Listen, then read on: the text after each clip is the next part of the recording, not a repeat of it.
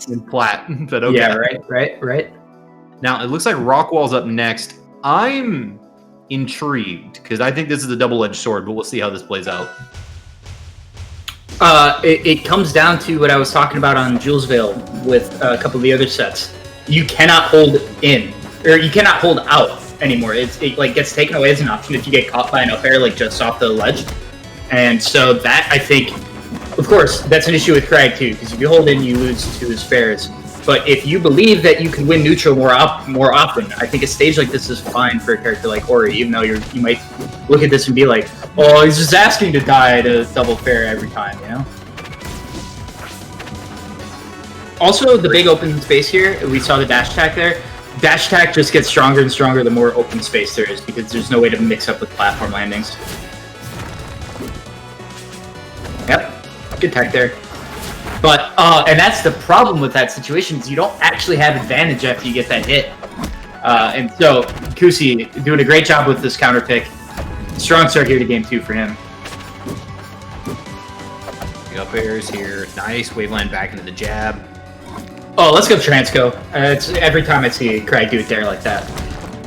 MSB's sick though too. I like the weight, and it's kind of the same kind of disengage sequence we saw earlier. Wow. Yep, I love the triple rock. Yeah, and I think Kusi is getting caught holding in on these rocks. But like, honestly, I don't blame him. I think it's better than anything else that could happen there. Like, this is getting to the point too where like you have so much damage that Craig did have a really hard time following up off tilt. So 3 stocks to 1 here. This is looking really strong for Kusi. Okay, 4 here is going to get MSB on the board, but it's looking like the reverse of game 1. So avoids the JV3, so that's at least something. Not going to show up in the box sheet, but still in our hearts. Extremely clean movement here from Kusi. That was a pretty slick 60% right there, or whatever that was. Great tech out. Yeah, it's a good evasion of the dash attack, but I think this sequence here just shows how strong Ori's corner pressure is. Like, he could whiff the dash attack right in front of you, and you're still, after that whiff, you're still behind the 8 ball, because it's not like you can just say, oh, well, here, hold this whiff punish. Good luck. Good stuff from Kusi there, really using that stage well. Ori dash attack, covering more ground than any sword ever can any day. Yeah, I get it. You're bitter. What if I just cover tech in place and tech out with the same option and have amazing follow-ups regardless? Frozen Fortress, huh? Yeah, I was talking about how much MSB loves this stage earlier. Getting to play at 3 different levels can be really, really good for Crag, because it gives you various different mix-ups between where you throw your rock, where you space your down B like we just saw there, where you're able to place your pillars off stage, although that's not really terribly helpful against Ori, just because of the way Ori's recovery works. Being able to have that hitbox when you open the... I don't know what the thing is that Ori recovers with, the cape, whatever it is. It's a leaf, I believe. It's a feather. Feather, yeah. I was going to say, a leaf I think was the fan-made like idea. I wanted them to make Toon Link's up B and Ultimate a lot like what Ori's is. I think given the Deku Leaf from Wind Waker, I think that would have been super cool in a way of like differentiating the links. But anyway, back to this game.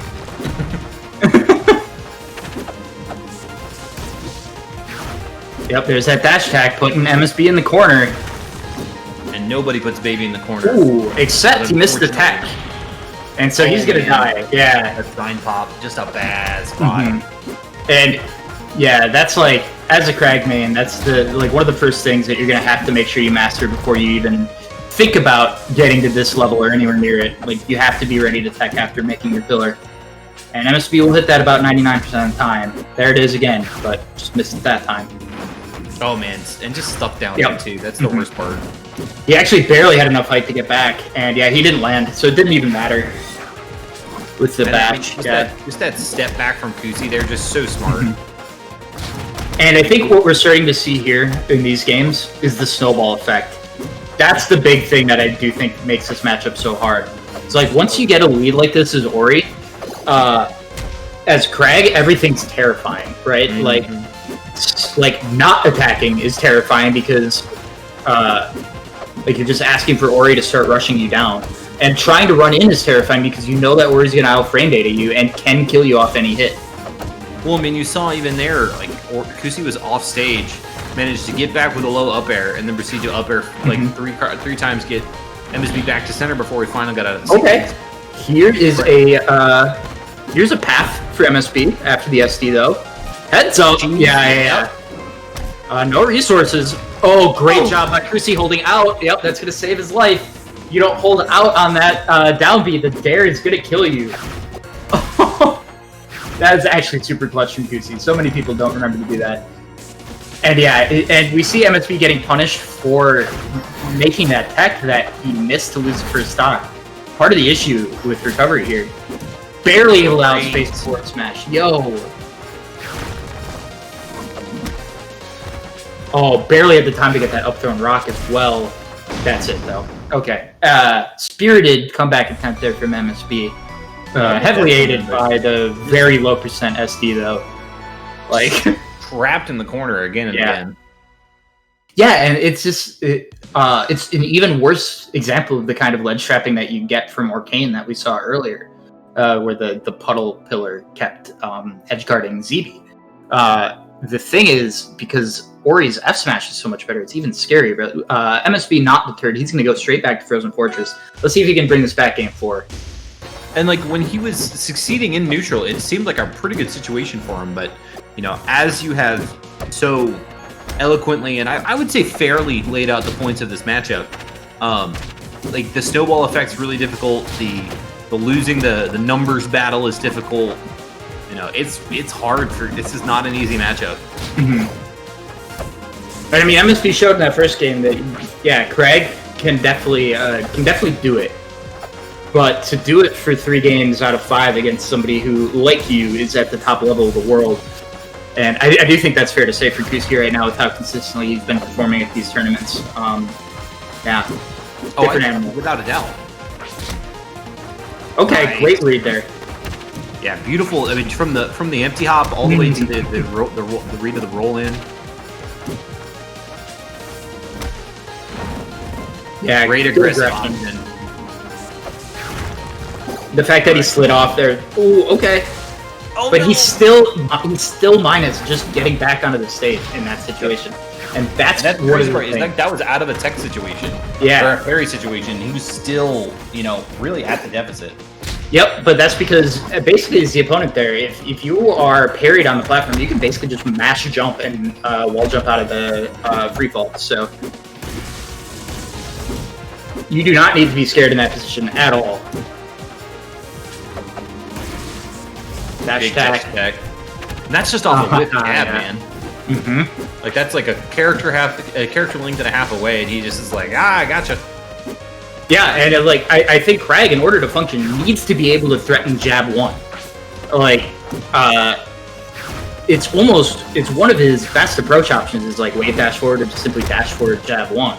And if Ori can take it away that easily, like how does Crag ever take space in this matchup? It's not like you're pulling rock. Jackie, we almost saw some cheese on the right-hand side of the stage we there. Did. The rock shards coming up with the pillar almost could have had something there. Use that wave dash in and the punish up the wave dash. Yep. That's it, man. Even though Ori up air is supposedly not a kill move, managed to kill with it. Yeah, that's wild, man. How does that happen? Propaganda. Oh man, that up tilt reset was so good there from Kusi though.